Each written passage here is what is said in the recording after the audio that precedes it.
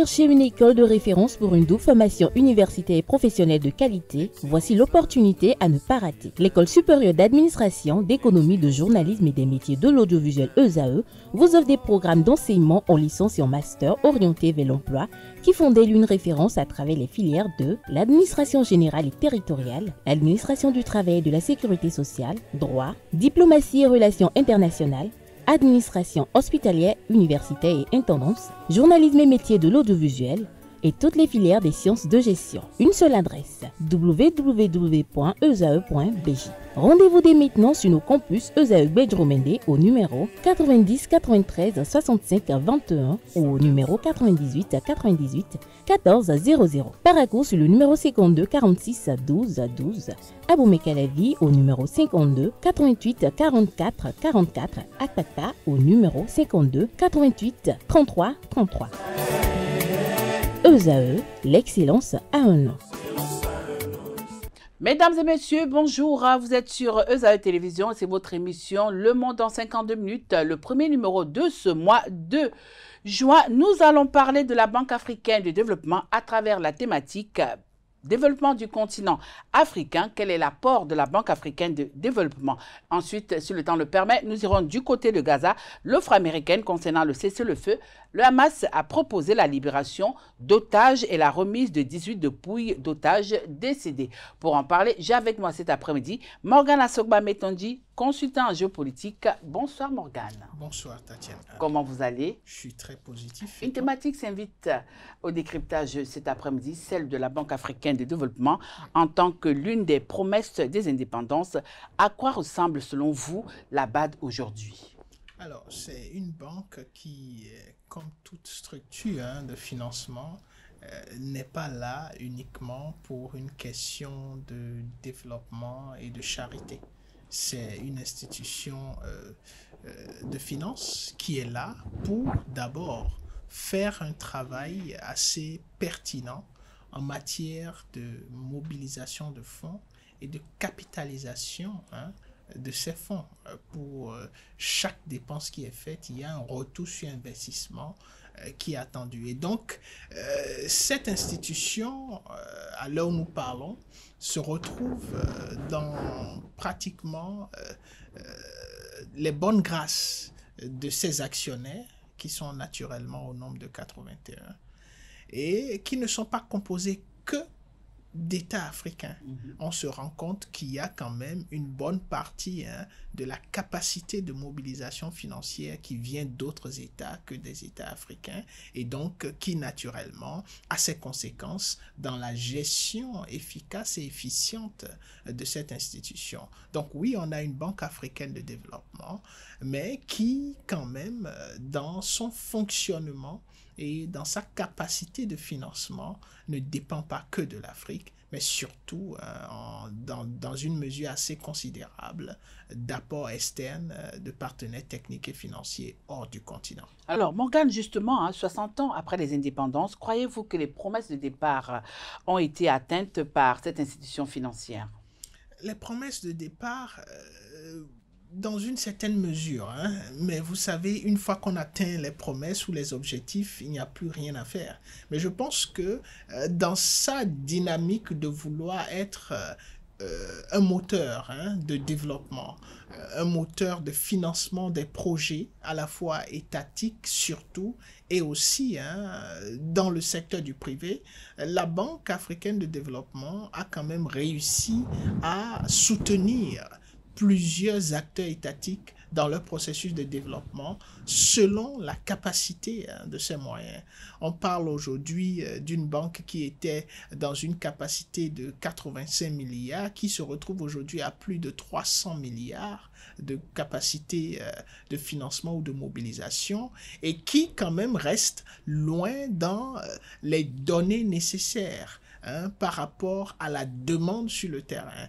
Donc oui, il y a un certain nombre d'objectifs qui semblent être atteints, mais on est encore très loin du compte par rapport aux attentes et à la capacité même de cette banque-là à pouvoir subvenir à ces attentes. Mais est-ce qu'elle a été pensée, cette banque?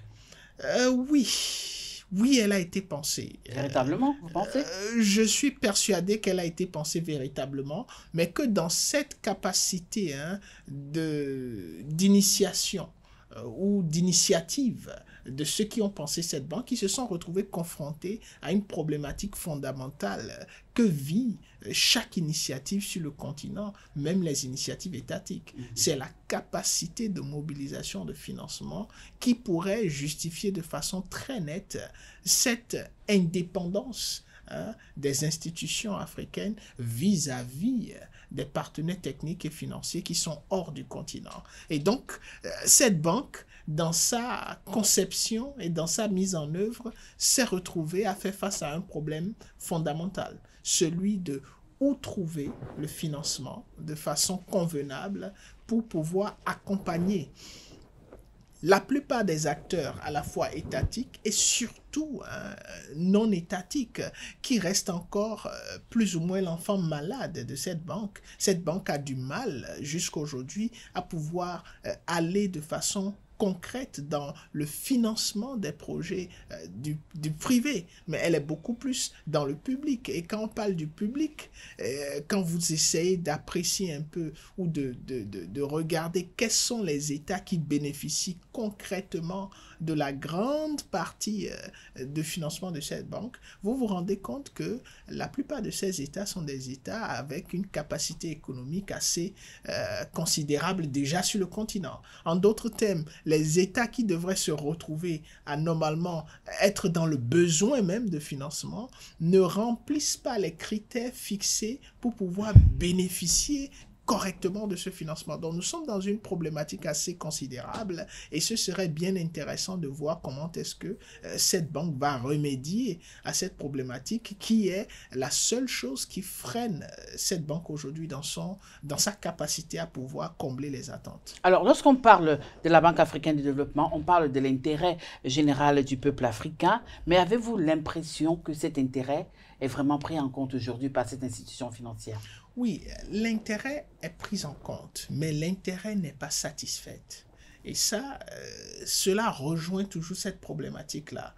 Vous savez, lorsque vous êtes une institution financière, vous devez rendre compte à vos actionnaires, ceux qui détiennent les capitaux considérables au sein de la banque. Et ça, c'est un problème tellement délicat que même dans le choix des dirigeants de la banque, il y a cette nécessité de pouvoir être, de remporter l'élection à tous les niveaux pratiquement des différents actionnaires. On parle de principe de double élection où il faille déjà être élu au niveau des États africains qui constituent la grande majorité, environ une cinquantaine ou une quarantaine, avec 27 États qui ne sont pas africains. Donc vous devez remporter la majorité au niveau des États africains et ensuite remporter la majorité au niveau de tous les actionnaires qui sont environ 81. Et ça déjà c'est une problématique qui fait que les élections souvent prennent beaucoup de temps, même si cette fois-ci on a eu droit qu'à 3 tours. Oui, mais donc, justement, voilà. le fait d'avoir recours aux partenaires externes, est-ce que ce n'est pas déjà là l'une des défaillances même de la Banque africaine de développement? Est-ce qu'on avait forcément besoin de ces partenaires lorsque les États africains ont décidé de la création de cette banque? Alors, d'un point de vue politique, et je vais emprunter le thème souveraineté, c'est une défaillance. Il est clair que lorsque vous avez besoin de faire recours à l'apport extérieur dans la conception d'institutions censées être souveraines et travailler en fonction des objectifs internes, il y a un problème. D'un point de vue politique, il y a un problème. Mais d'un point de vue purement économique, qui s'appesantit sur le fonctionnement des banques et de leurs acteurs, quand vous créez une banque, la chose la plus importante, c'est de trouver des actionnaires capables d'apporter le financement nécessaire pour que la banque se développe et contribue au développement du tissu économique de son environnement immédiat. Et ça, les États, pour ne pas dire les promoteurs de la Banque africaine de développement, n'avaient pas autre choix que d'aller à la recherche de l'argent. Mais ils ont choisi quand même avoir des partenaires techniques, financiers de l'extérieur, mais beaucoup plus d'autres pays tels que les pays européens et l'Amérique. Donc, quand vous regardez la dynamique de fond en comble, vous comprenez que nous avons une problématique majeure avec cette question de la banque. Donc, voilà un peu ce qui pourrait expliquer les difficultés que la banque rencontre liées à cette nécessité d'aller vers les partenaires techniques financiers de l'extérieur, bien qu'on parle d'une banque africaine de développement, qu'elle se retrouve avec des actionnaires qui viennent hors du continent. Et ça, c'est non seulement une problématique qui inquiète, mais c'est une problématique dans l'aspect général et global de la chose qui ne correspond à aucune banque impressionnante des autres continents. Vous ne verrez pas une banque de développement de l'Union européenne avoir en son sein un conseil d'administration ou des actionnaires qui viennent forcément d'Afrique. C'est difficile à voir, pareil pour l'Amérique et d'autres continents. Alors, depuis sa création, certains affirment aujourd'hui que l'un des problèmes que connaît la Banque africaine de développement se trouve dans l'état que traîne l'élite africaine.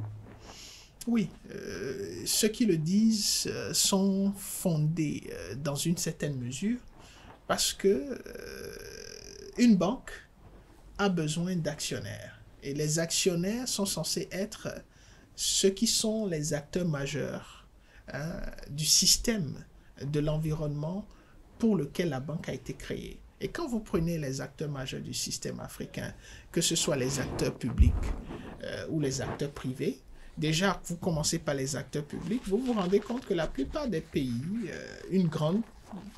un nombre considérable de ces pays, pour leur budget déjà, budget national, dépendent en grande partie de leur capacité de mobilisation de fonds auprès des partenaires techniques et financiers. Donc, ces banques ou ces États ou ces acteurs sont censés être actionnaires de la banque et donc financer la banque sur la base de cet apport ou de leur budget national. Et là, c'est déjà une problématique majeure. Maintenant, quand vous regardez le secteur privé même de l'Afrique, très rares sont les acteurs du secteur privé de l'Afrique qui doivent leur réussite à leur capacité d'entrepreneur sur le continent uniquement.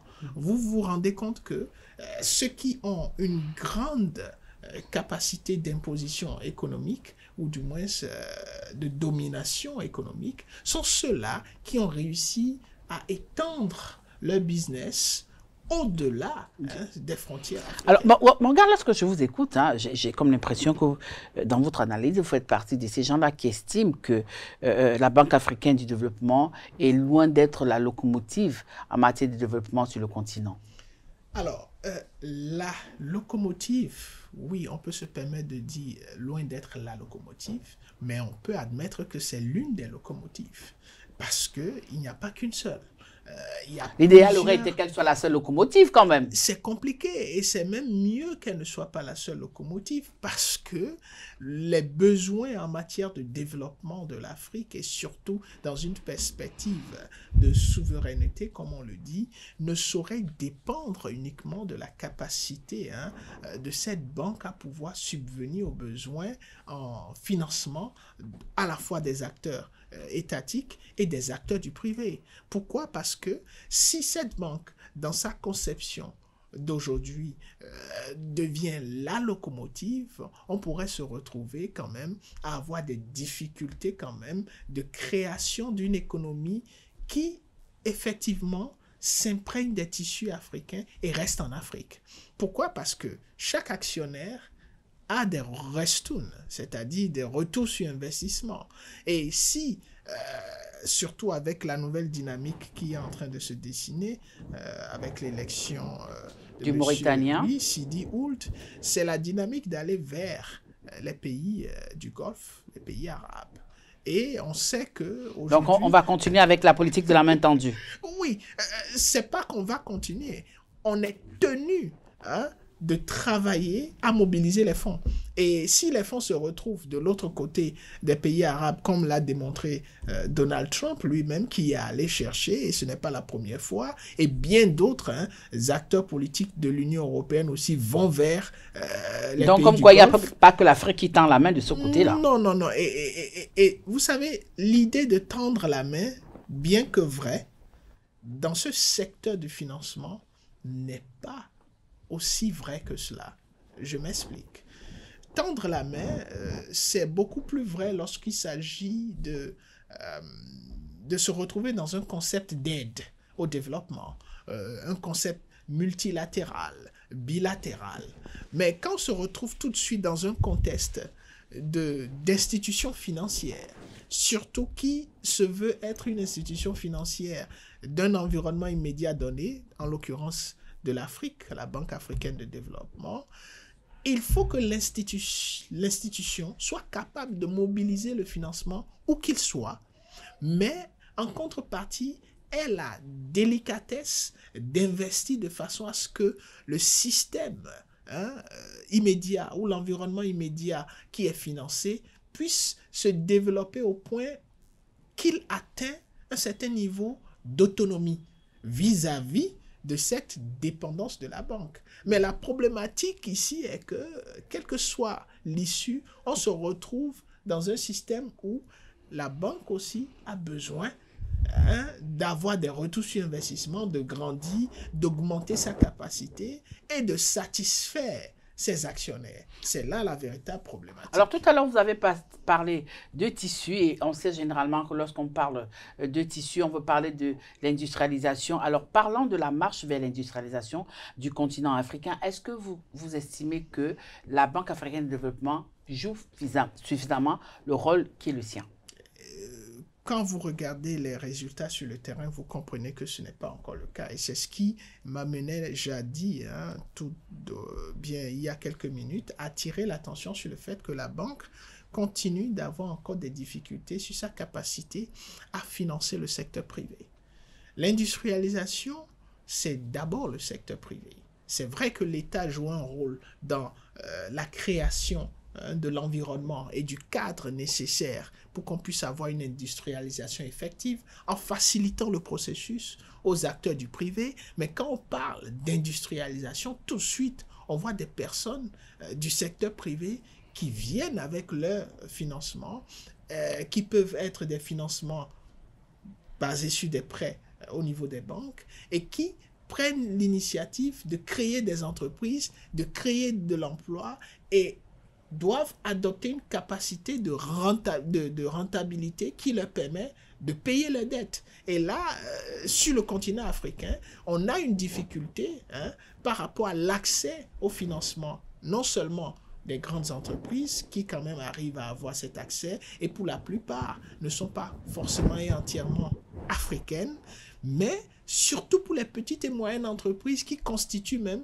le moteur de développement de l'Afrique aujourd'hui parce que ce sont les petites et moyennes entreprises qui arriveront naturellement à grandir et devenir les grandes entreprises de demain pour permettre au tissu économique d'être au plus haut de sa performance. Alors, vous parlez des tissus économiques, on se rappelle qu'ils sont quand même nombreux, ces pays d'Asie qui étaient au même niveau que les pays africains. Je veux parler de Taïwan, de Singapour, de Hong Kong et de la Corée du Sud. Mais aujourd'hui, lorsqu'on voit un peu l'évolution de ces pays, et on se demande tous, est-ce que la mission cruciale, celle de la Banque africaine, de permettre que le développement du continent soit véritablement amorcé, est-ce que ça ne pose pas un problème? Et pourquoi de l'autre côté aujourd'hui, au niveau de ces pays-là, on dit fièrement mission accomplie, parce qu'ils se retrouvent au même niveau que des pays occidentaux? Oui, déjà il faut comprendre que le contexte est différent.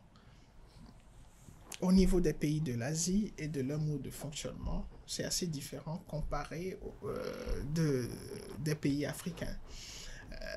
la relation entre l'Afrique et l'Occident est restée très développée en matière de coopération, même si cette coopération, à l'arrivée, est beaucoup plus bénéfique pour les uns que pour les autres. Et quand vous regardez la dynamique de coopération par rapport à l'Asie, vous vous rendez compte qu'au niveau de l'Asie, la dynamique de coopération n'est pas restée dans la même dynamique. Tous ces pays qui ont connu ce boom auquel vous faites allusion ont investi dans des secteurs spécifiques. En l'occurrence, l'éducation et la formation de la ressource humaine pour la plupart d'entre eux, et la capacité pour certains à ne pas être obligés de respecter les règles de l'Organisation mondiale du commerce pendant un certain nombre de temps, donc qui se permettait de ne pas respecter les conditions de coopération économique et tout le reste, le traitement nécessaire pour la main-d'œuvre et tout ce qui va avec. Et donc, on a attiré beaucoup d'industries, même des industries occidentales, qui sont arrivées dans ces pays, créer donc l'emploi et même maintenant à partir de ces pays exporter. Et donc vous vous êtes retrouvés avec des États qui exportaient beaucoup plus qu'ils n'importent. Alors que quand vous prenez l'Afrique, même les plus grandes entreprises dépendent en général de l'importation plutôt que de l'exportation. Et donc, c'est très difficile, quel que soit Alpha, quel que soit le financement que vous offrez, si l'entreprise ou l'industrie est focus sur l'importation, c'est très difficile pour cette industrie d'apporter la valeur ajoutée nécessaire pour renforcer le tissu, parce que plus vous importez, moins vous êtes capable de construire votre tissu économique et plus vous avez des difficultés à réellement atteindre ce niveau d'indépendance économique ou de souveraineté économique, si on veut utiliser le terme. Donc, c'est un peu la différence entre la méthodologie adoptée en Asie et la méthodologie adoptée en Afrique. Donc, il va falloir peut-être qu'au niveau de la Banque africaine de développement, si on veut renverser la tendance, qu'on soit beaucoup plus dans le financement de toutes les industries ou de toutes les entreprises qui produisent en Afrique et qui exportent plutôt que de soutenir ou d'encourager les industries qui importent beaucoup plus en Afrique que n'exportent. Et ça va être compliqué à faire aussi pour cette banque, parce que dans son processus de renforcement des capacités financières des entreprises, elle dépend aussi des attentes de ses actionnaires. Et on sait qui sont les actionnaires, et cette problématique doit être déjà traitée à l'interne pour favoriser la capacité de la banque à résoudre le problème. Alors, l'autre problème que les Africains se posent aujourd'hui, la question aujourd'hui, c'est de savoir à quoi ressemble le développement aujourd'hui dans le continent africain. Nous avons cette banque-là, mais on se pose toujours cette question. À quoi ça ressemble le développement dans notre continent? Le développement au niveau... Il est mi-figue, mi-raisin, il évolue à pas de tortue. Il y a quand même de l'évolution quand vous voulez apprécier la chose dans son ensemble.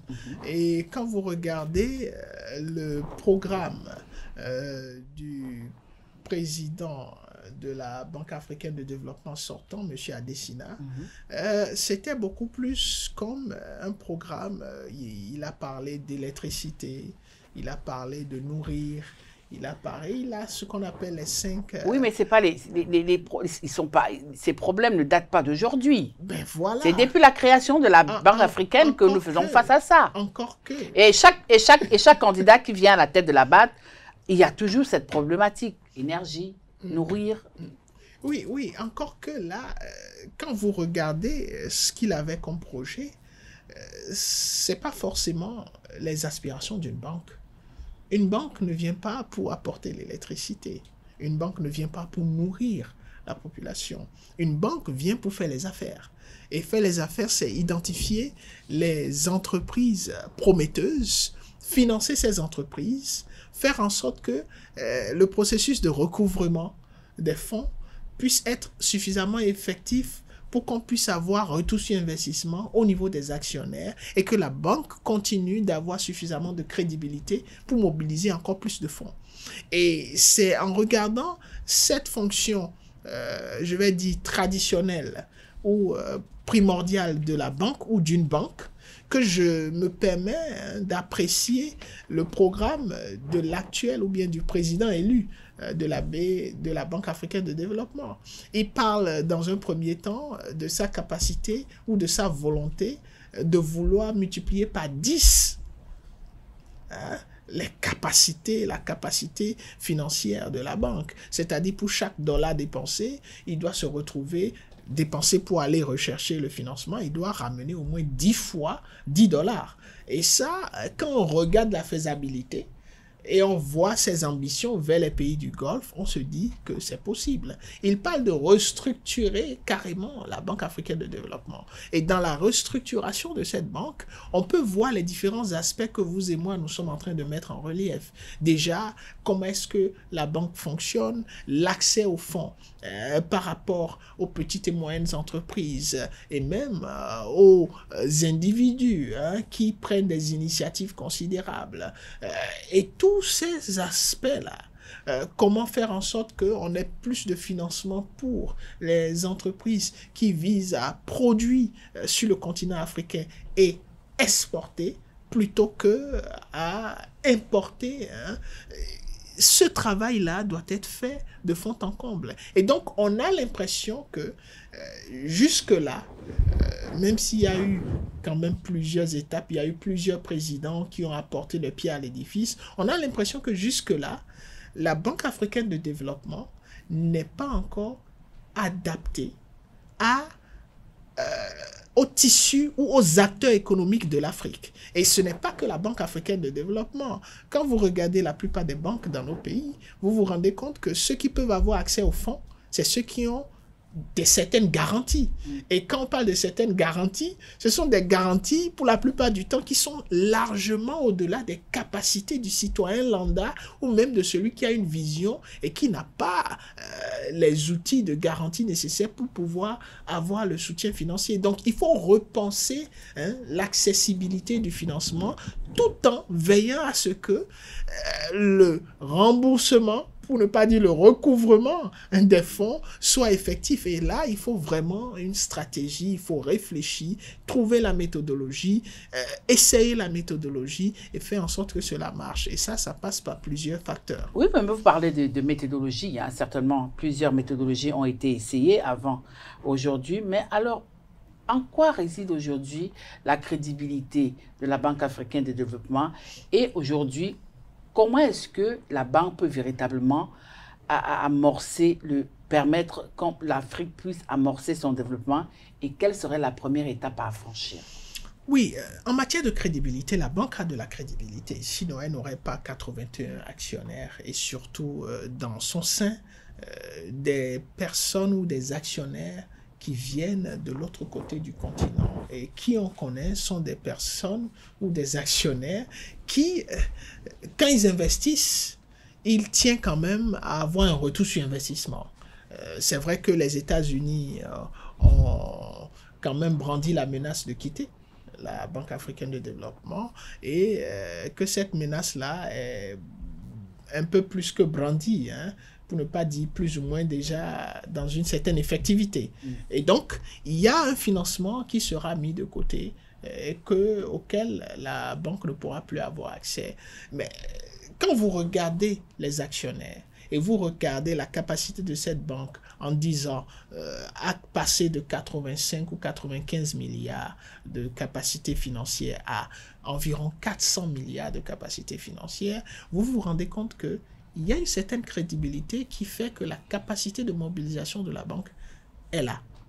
Maintenant, par rapport à sa capacité à financer les projets de développement en Afrique et surtout en Afrique, que ce soit dans le secteur public ou le secteur privé, on se rend compte qu'il y a du public, le secteur public en a bénéficié, mais que dans la capacité à pouvoir bénéficier suffisamment, les critères d'accès au financement font que certains pays qui n'ont pas des budgets ou des tissus économiques élevés et qui se retrouvent dans le besoin de financement naturellement pour atteindre cette capacité-là, ne sont pas forcément privilégiés. Et donc, il y a un problème à ce niveau et il y a un problème au niveau de l'accessibilité pour le privé. Donc, quand vous regardez tous ces paramètres, vous comprenez que d'un côté, il y a une crédibilité qui s'est forgée, de l'autre, il y a encore du travail à faire.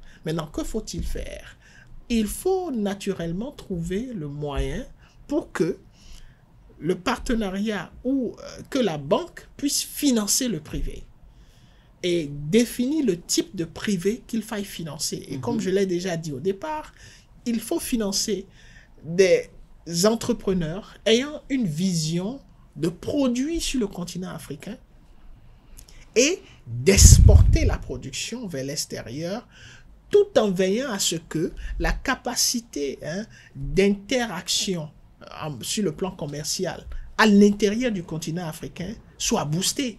Parce qu'il faille financer quand même les entreprises sur le continent et encourager ces entreprises-là à développer à la fois la consommation et la production sur le continent avant de regarder vers les autres continents. Oui, mais aujourd'hui, si vous le permettez, Morgane, avec le recul, est-ce qu'il n'est pas temps aujourd'hui pour le continent africain de disposer d'une autre banque, telle que la banque d'import-export, qui permettrait aux États africains de véritablement se vendre? Et c'est là, comme l'avait suggéré Babacar Ndiaye, le président de la BAD, qui est resté à la tête de la BAD entre 1985 et 1995. Alors, vous venez de ce que vous proposez tient la route, mais se retrouve un peu à promouvoir ce qui cause problème. Surtout que la spécificité de cette banque, c'est l'import et l'export. Alors, est-ce qu'on aura plus d'import que d'export? Ou on aura plus d'export que d'import. C'est-à-dire, quand vous mettez la chose dans une dynamique de créer une banque spécifique pour l'import et l'export, ce n'est pas la création de la banque qui est le problème, c'est le financement de cette banque. Où est-ce qu'on va trouver les actionnaires qui vont être les bailleurs de fonds de cette banque? Est-ce que les États africains même ne sont pas capables d'être les bailleurs de cette éventuelle banque si jamais elle venait à être créée? La capacité existe, mais c'est l'organisation pour que cette capacité soit effective et qu'elle contribue réellement à renforcer les institutions financières qui posent problème. Et je vais m'expliquer. L'Afrique reste et demeure le continent le plus riche du monde, avec des ressources énorme à exploiter. Indiscutable. C'est pas discutable, c'est même plus un débat, c'est prouvé sur tous les plans. Mais on se rend compte que... nous sommes les plus pauvres.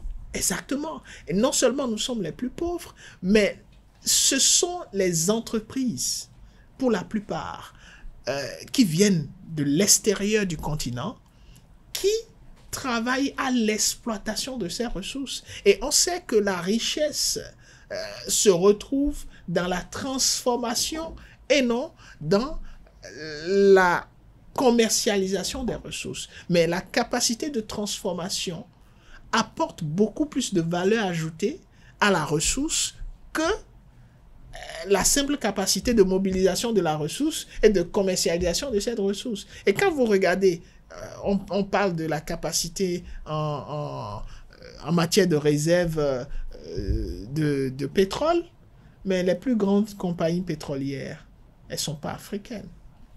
Et elles se retrouvent partout, presque dans tous les pays africains. Total Energy, Elf, ExxonMobil, plein. Et autres. Toutes ces entreprises qui constituent même le socle de la commercialisation et de la transformation du pétrole ne sont pas des entreprises africaines. Comment faire en sorte pour qu'on ait une entreprise africaine qui puisse s'imposer dans la transformation de cette ressource qui existe abondamment en Afrique? Ça, c'est une question à laquelle il faudra répondre et c'est une question à laquelle on ne pourra répondre que par le biais d'une institution de financement qui est prête à accompagner un entrepreneur dans ce domaine. Mieux, quand vous regardez l'or, l'industrie de l'or et du diamant et plein d'autres, le cobalt et tout ce qui entre même dans la production des ordinateurs et de la technologie que nous convoitons tous et que nous payons à des prix énormes. C'est difficile de trouver des entreprises africaines qui ont la capacité à la fois financière et commerciale de s'imposer dans ce domaine. Et donc, si la Banque africaine de développement doit contribuer, ou une quelconque autre banque devrait contribuer à réellement booster la capacité économique de l'Afrique, il va falloir qu'elle trouve des actionnaires et qu'elle arrive à gérer les actionnaires de façon à ce que ces actionnaires n'imposent pas forcément l'orientation du financement et les retours sur investissement. Et ça, c'est une problématique assez difficile à résoudre pour nos gestionnaires, quels qu'ils soient. Et je pense qu'il y a de la matière pour travailler. Alors, tout à l'heure, vous avez parlé de l'élection du Mauritanien Sidi Oulta comme nouveau président de la Banque africaine de développement. Ça s'est passé depuis le 28 mai, si j'ai bonne mémoire. Alors, certains estiment que c'était le meilleur profil, le meilleur candidat. Mais là encore, on constate que une fois encore, c'est l'Afrique de l'Ouest qui réussit encore à tirer les marrons du feu. Oui, vous savez qu'on soit en Afrique de l'Ouest, Afrique de l'Est, Afrique centrale, c'est pas ça la problématique. Et je suis à la fois très heureux que vous ayez pu attirer quand même l'attention sur l'entente générale qui dit que c'est le meilleur profil. Mais quand vous regardez réellement sur le papier, et par rapport à l'expérience et à ce qu'il a eu à faire récemment avec la banque africaine, la banque des Arabes, BADEA, il a fait quelque chose de magnifique. Il a multiplié les capacités financières. Oui, mais on parle de la banque arabe, là. Oui, la banque arabe. La banque arabe, on parle de la banque arabe. Mais lorsqu'il a pris la banque, on sait où est-ce que la banque était. Elle n'était même pas une banque considérée comme une institution avec une notation comme le AAA, qui permet normalement de justifier la crédibilité de la banque. Et il a réalisé cela avec son équipe. Et je pense que quand vous regardez tous les profils, vous ne trouvez pas un profil qui a eu une capacité récente de transformation d'une institution financière à cette envergure. Et donc, on comprend sa prétention de vouloir multiplier par 10 les capacités. C'est vrai, c'est une ambition qu'on comprend.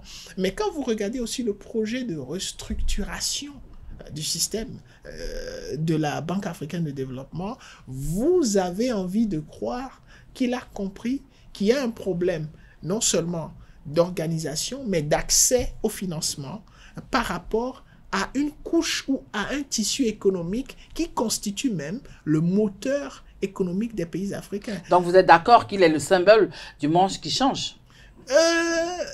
Il a ce profil.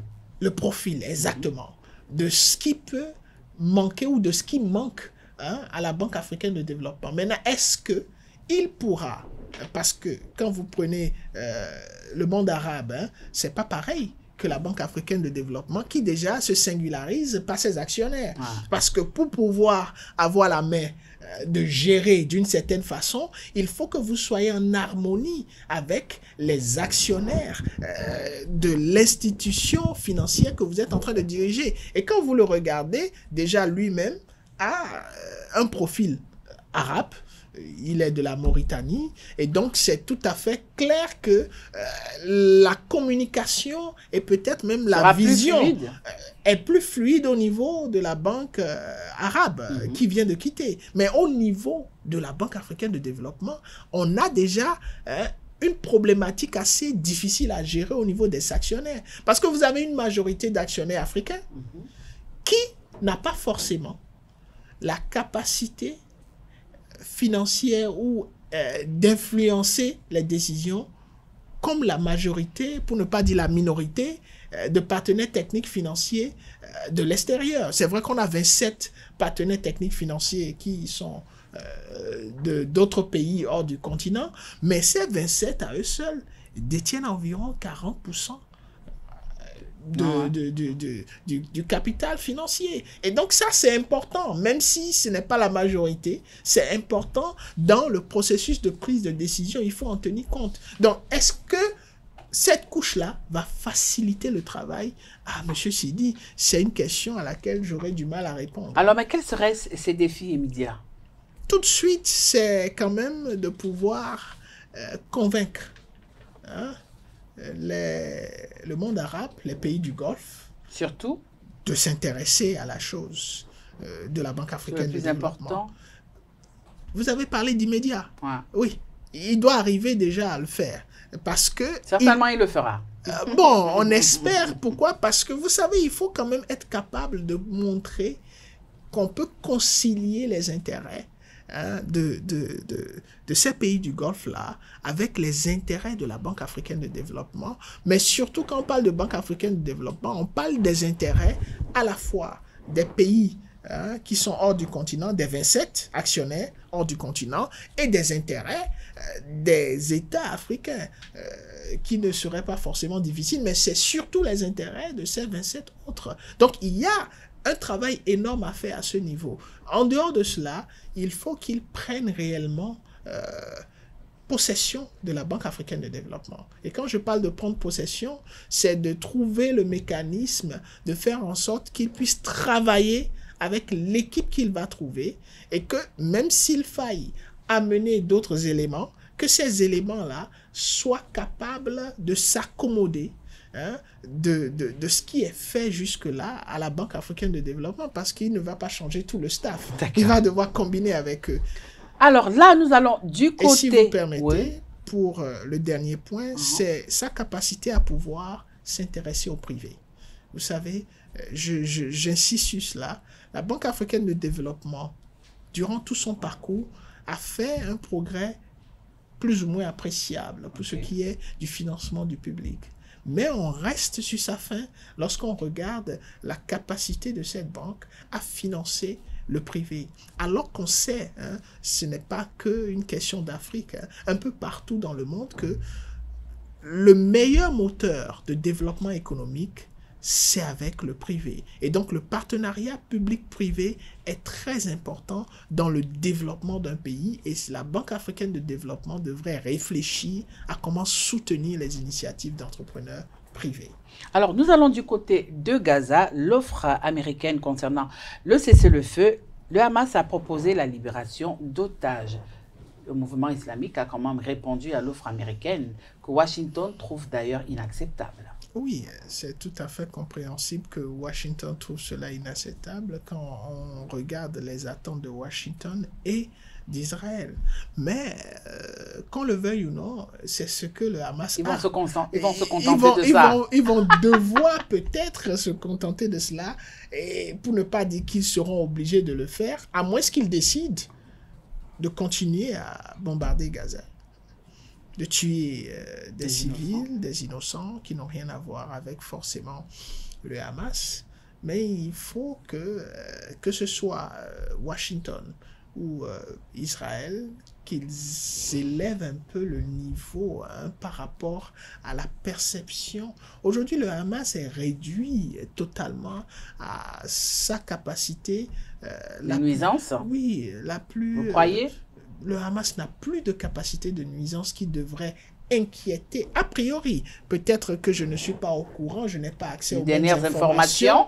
Oui, mais a priori, lorsque vous regardez ce qui se passe sur le terrain, la capacité de nuisance du Hamas est quasi inexistante aujourd'hui.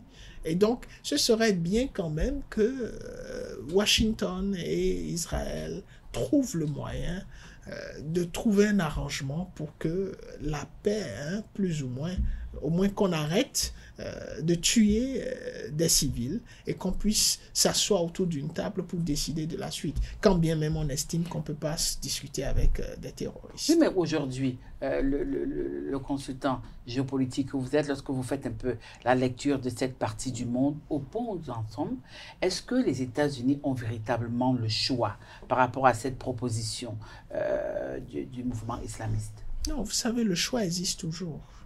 La question c'est... Ils peuvent laisser mourir ou alors ils peuvent accepter. Voilà. Et la question c'est quel choix Ils font. il faut faire.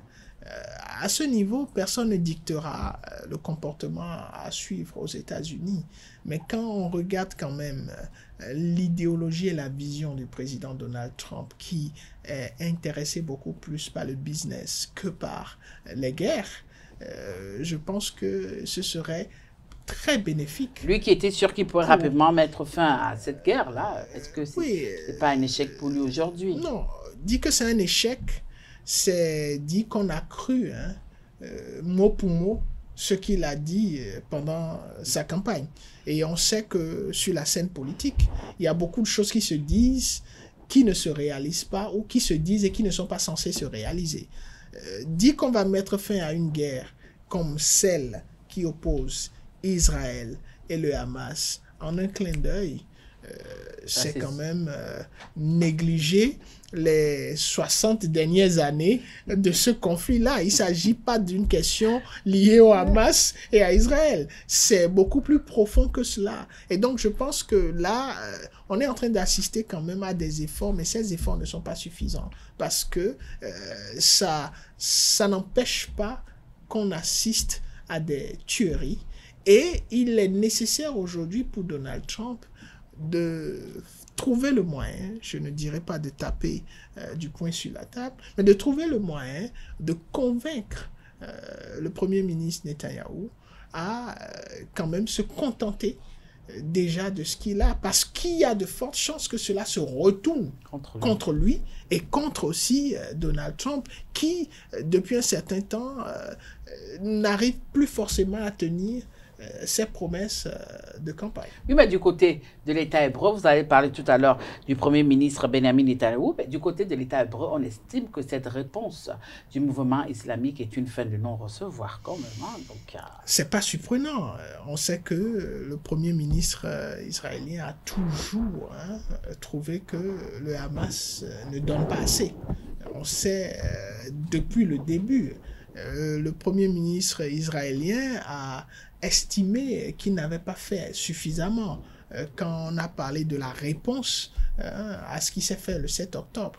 Et le monde entier quand même continue de voir que cette réponse n'est pas du tout proportionnelle à ce qui a été causé comme dommage, quand bien même on estime que c'était très odieux ce qui a été fait le 7 octobre et que c'était assez criminel. On constate quand même que la réponse est très, très énorme. Donc, on estime, on n'est pas surpris de ce qu'il dit. Maintenant, ce qui est dangereux, c'est est-ce que ce qu'il dit aujourd'hui ne va pas le conduire à se retrouver devant les tribunaux internationaux? Oui, mais est-ce que cette réponse fait reculer le processus de paix, comme le dit Benjamin Netanyahou? Non, cette réponse du Hamas, on ne peut pas dire que cela fait reculer le processus. Selon Netanyahou aussi. Oui, c'est pour ça que je dis je ne suis pas surpris, parce qu'il a forcément des objectifs à atteindre. Et peut-être le fait de reconnaître l'utilité de cette offre ne lui permet pas d'atteindre ses objectifs. C'est vrai que quand on nous remet des dépouilles, alors que nous voulons des vivants. Des vivants, c'est compliqué. Mais c'est toujours mieux d'avoir des dépouilles que de ne rien avoir. Et parce que cela va permettre quand même aux personnes concernées de pouvoir faire le deuil. Et c'est vrai qu'on ne peut pas remplacer une vie et que c'est criminel. Mais il faut trouver le moyen d'avancer.